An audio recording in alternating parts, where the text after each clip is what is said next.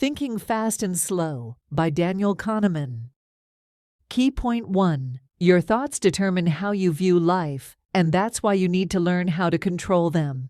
Your brain is always looking for the most natural way out, which could be the death of your ethical judgment making. Where there is a chance to preserve energy and assume something without overthinking, your brain will exercise this option. It usually ends up substituting effort for creativity, thanks to your thoughts. Several factors, illusion, availability, and experience, influence your decisions. These factors lead you to make biased conclusions. Thinking is not as easy as it seems. It is an art we must master. People use intuition, the so-called gut feeling, instead of facts when making decisions. The same goes for problems that are too difficult to solve, using logic and intellectual ability. People go with what they feel is correct. This phenomenon represents fast thinking, which does not waste too much energy and allows you to evaluate the situation and make relevant decisions quickly. Slow thinking, however, is the type that requires a conscious and energy-consuming thought process, but uses logic rather than memory and emotions. Therefore, mastery of thoughts comes from understanding what constitutes intuition and assumptions.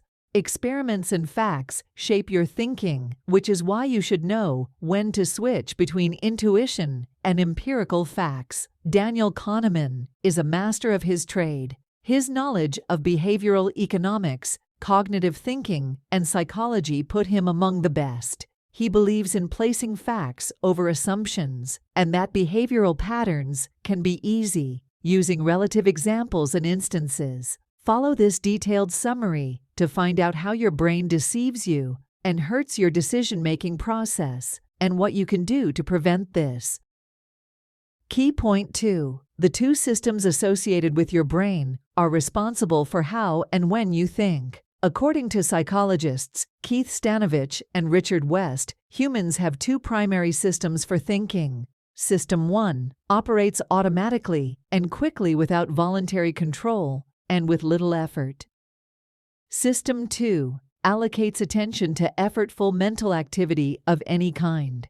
Humans avoid overloading their brains with information by consciously or subconsciously breaking tasks into smaller steps. That is because we naturally prefer solutions that require minimum mental effort and strength. The moment a solution requires a lot of effort, the attention paid to it starts to decrease.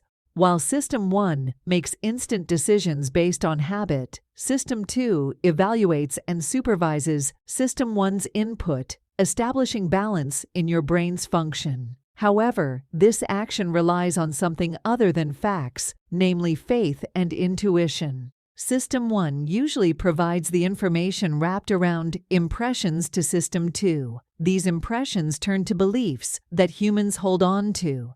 The thoughts then turn to actions that create an identity for you. The human brain is programmed to adjust to speed and stress. Cognitive ease comes into play because you behave differently when trying to do something with ease. Another function of System 1 is that it helps you shape what's customary to you, what surprises you, and the cause of these things. You should note that System 1 needs to make an accurate conclusion from the information sent. It doesn't care about the precise data assessment. It makes its conclusions. System 2 works hard to find an escape route for you, especially when you are stuck with finding a solution to a problem. When System 1 faces a tricky situation that it can't find a solution for, it'll seek the help of System 2, calling it into action to find a way around the problem immediately. However, sometimes your brain deceives you into believing that a task is simple. This phenomenon happens because your brain wants to save as much energy as possible when executing a task. So, when System 1 feels it can handle a situation or problem, it won't activate or call for the help of System 2. These two systems work together to help you perform tasks and make decisions.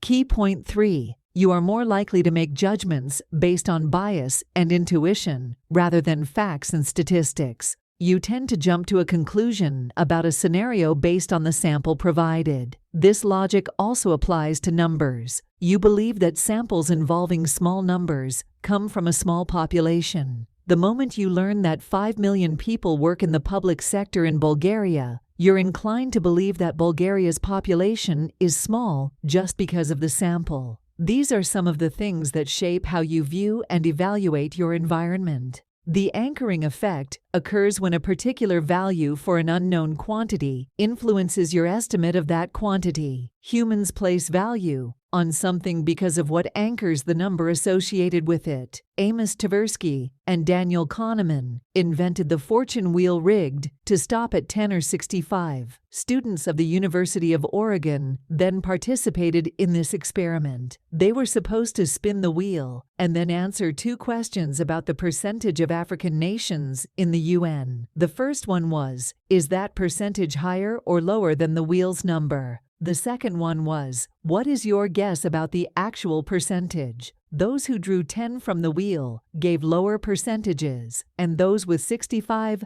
answered with higher ones. Therefore, the random number they noticed before answering the questions subconsciously influenced their judgment. The ease with which you can come up with examples determines the frequency of events. Immediately an example comes to mind. Your brain pieces together instances of a similar occurrence, and your mind then tricks you into believing that such a situation is familiar. Daniel Kahneman. The psychological mechanisms that produce anchoring make us far more suggestible than most of us would want to be. A similar effect comes from traumatic events, or even news about those events. Consequently, after you stumble upon the report of a horrific plane crash with no survivors, the chances of you deciding to fly on a plane lower dramatically. You always knew about the possibility of accidents, but now you know about a specific example. The activity seems more dangerous than before. Key point 4. Inadequate and inaccurate history affects the present and the future. People base their preventive actions on previous negative scenarios. If, for example, we build a wall to stop a flood, its strength and height will most likely depend on the last heaviest downpour. No thanks to the media, there are several misconceptions about the true extent of things and how important or less meaningful they are. Humans try to simplify life by believing in a world that is perfect in their minds. By examining evidence and base rates, it's known that humans tend to focus on evidence. Simply put, a base rate is a term in statistics that denotes the probability of something. Base rates occur as a result of needing more information. When the data produced is not specific or detailed, base rates come into view, telling the brain to make a conclusion based on assumptions. For example, when you see a pink car, you might assume that its driver is a woman based on the stereotype that pink is a female color. The moment the brain gets more specific information, it changes its focus and concludes evidence rather than the base rate. Placing absolute belief in the conclusion drawn from detailed information can be misleading. Indeed, a tall and thin athlete would most likely play basketball, but it's not always so. When you draw your conclusion from a description of something, there will be times when you will end up making the wrong assumptions. When it comes to descriptions, adding details is different from being specific. Simply adding elements to a piece of information makes it more likely to be believed, but it doesn't mean that the data is accurate. In fact, it just resembles a story, which urges people to believe it. However, the idea behind a piece of good information is that it should be precise. Precision can come in short forms when it comes to describing a scenario. The ability to be specific helps you think quickly. Daniel Kahneman. If you care about being thought credible and intelligent, do not use complex language where simpler language will do. Key point 5. Statistics help us draw conclusions, but they are not as informative as real-life experiences. If you come from a place where humans don't eat animals, you would find it hard to believe that humans are responsible for the death of 65% of animals worldwide. Also, regardless of existing facts and statistics, a situation is not always bound to follow a regular pattern. For example, if a tall serial killer has terrorized a community for a year, it doesn't mean the subsequent death is from the same serial killer. Existing facts help in the absence of any other information. Predictions come from a careful study of past events, the current frequency of the same events, and the future possibilities of it happening. Predictions and forecasts are a part of everyday life. Across all fields of study, experts and professionals make predictions based on calculations and the facts available. You are even doing it in your personal life. We base some predictions on recent occurrences, experiences, or familiarity. By seeing specific cues, you can deduce what is bound to happen next.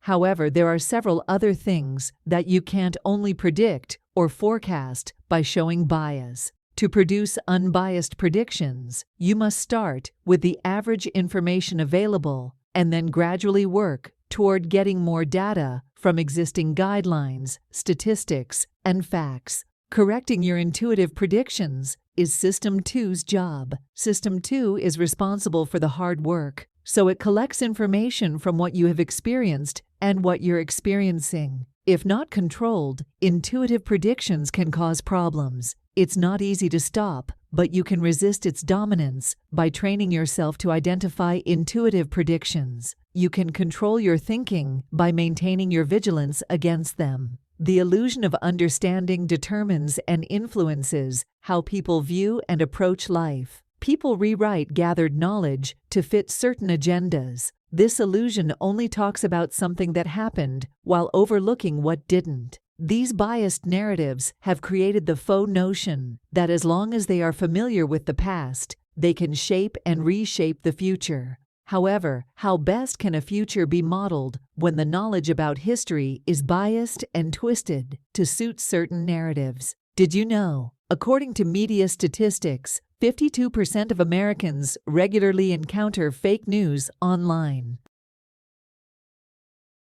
Key point 6. A successful event makes people believe that the steps leading up to the event must be equally successful. As much as you believe you know your past, most stories you've heard only talk about the event and neglect the preceding steps. Validation comes from belief most of the time. Even though there's little to no evidence, humans tend to validate what they believe because of influence, pressure, and blind faith. When you're confident about something, it doesn't mean that it is right. It only means that since your System 1 has found it easy to process the information, it jumps to conclusions. What you see is all there is. WYSIATI is an approach employed by System 1 when it wants to do lazy work. The illusion of validation keeps us biased in judgment making. Structured impressions that have a well-planned formula are better than intuition and assumptions. When you have a roadmap that buttresses your images, always take it over your intuition. Instincts give you biased judgments, while formulas give you a guideline for approaching a task. It is okay to trust your basic intuition in typical situations and conditions. However, when you change the environment, you should become more careful and rely on facts. Change of environment means you have to learn new things, and since your intuition is primarily based on stored information, it won't be advisable to rely on it. Even though we plan, initiate, and execute projects based on facts and stories available from the best-case scenario, it is not the only one worth studying. Carefully evaluate many conditions to plan successfully. Optimism as a defense mechanism against doubt is an art form. Having disregard for doubt breeds confidence as well as overconfidence. The best thing to do is to moderate your optimism by employing the pre-mortem tactic. The pre-mortem tactic allows you to assume that a project has failed. By pretending it did, your brain works continuously to discover why it happened. In doing so, you can explore probable faults and loopholes that you can fix.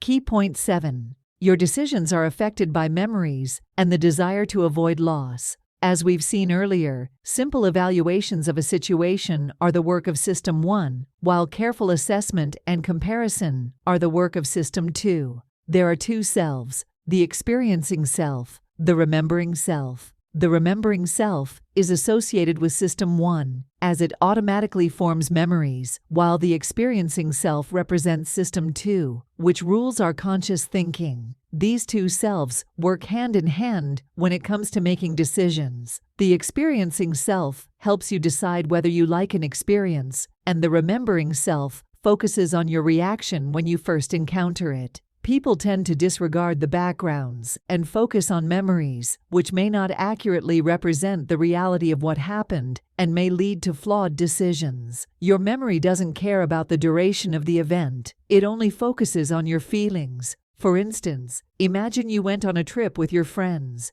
You had lots of fun, discovered new places, and felt blissful. But then, as you were walking around the city, someone pushed you to the ground and stole your phone. You felt angry, frustrated, and sad. Even though the whole trip before that moment was perfect, the intense feelings you got during that one negative occurrence tainted your memories. Regardless of how recent, your personal experiences and memories are only somewhat reliable in decision-making. Regarding taking a risk and examining loss, we always look for the safest bet regardless of the probable outcome. When it comes to gambling, you are unwilling to take risks because when the probability of a loss is higher than that of a win, you instinctively want to avoid it. Humans are always more particular about avoiding losses than working hard to secure gains. As long as there is a chance for a loss, the brain begins working toward avoiding it. Adopting risk policies to guard against loss is helpful, but it's not good to exaggerate it. See a decision as one of the numerous options available to you. Don't automatically dismiss an option because it contains potential loss. Since rewards and punishments mold your reaction and motivate your actions, you should pay attention to them. Conclusion: your thoughts are a combination of many events that shape your life. You'll easily make better decisions when you control how well you think. Understanding your two systems and training yourself to control your thoughts gives you an advantage. Many people suffer from the inability to think well or understand their thoughts. Your thoughts heavily influence your actions. If they are incorrect, there are many ways you can recalibrate your life. You can start by being precise anytime you have to describe something. You can also decide to focus more on evidence than bias. Thus, you will open your mind to many other options to make better choices. Clear thoughts create more opportunities for you in your personal and work lives. Knowing how to switch between fast and slow thinking gives successful people the edge over others. You can succeed at many things once you know how to use your thoughts to influence your actions and decisions. There's no magic recipe for success. You need maximum focus, determination, and the right mindset. Your thought process affects all of these. Try this. Discover your thought process. Evaluate your judgments about people and see if you are making a reasonable conclusion. If yes, maintain it. If not, focus on working on your bias by seeing beyond your intuition.